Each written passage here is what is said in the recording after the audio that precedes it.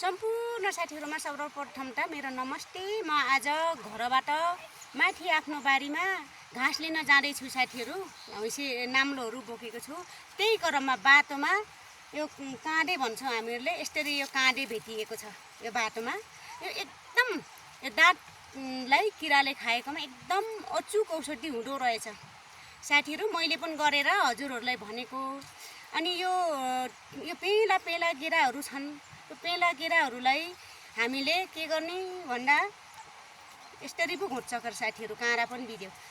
यसलाई फोक्ने, घर लगेर फोकेर यसलाई यो भित्र यस्तो हुन्छ।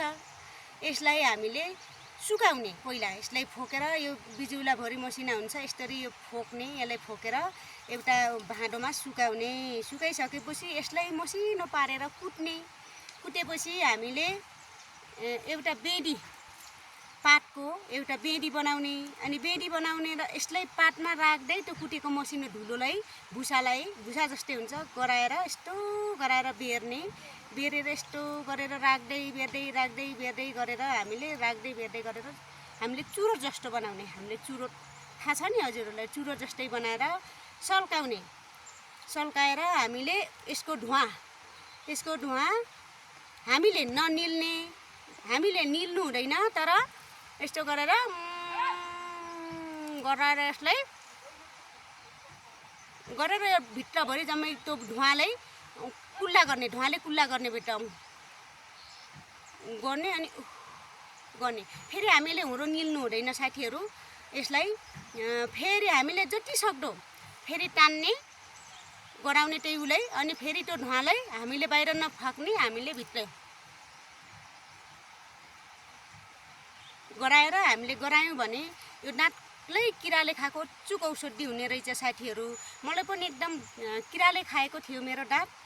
अनि मैले पनि यस्तै नेटमा देखेको थिएँ र मैले यहाँ हैन तलबाट घर जाँदा टिपेर लए। अनि लएर यसलाई फोके अनि यसरी सुकाएँ। सुकाइसकेपछि मैले कुटे, मसिनो गराएर कुटे। अनि त्यसपछि पातमा बेरी बनाएर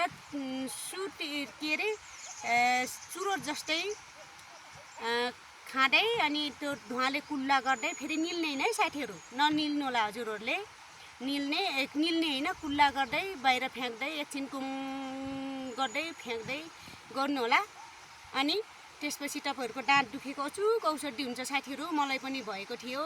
ल हस् त, धन्यवाद। हजुरहरुले पनि विचार गर्नु होला हुन्छ कि हुँदैन। मेरो भएको थियो, त्यही भएर हजुरसम्म मैले शेयर गरेको छु साथीहरु। हस् त, धन्यवाद। यस्तो छ यसको गेरो, हेर्नुस् त।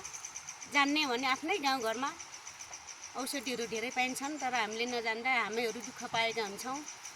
ल हुन्छ साथीहरु, आफूलाई जानेका अनि बुझेका, आफूले भएका फेरि पनि शेयर गर्नेछु साथीहरु आजले। ल हस् त, धन्यवाद।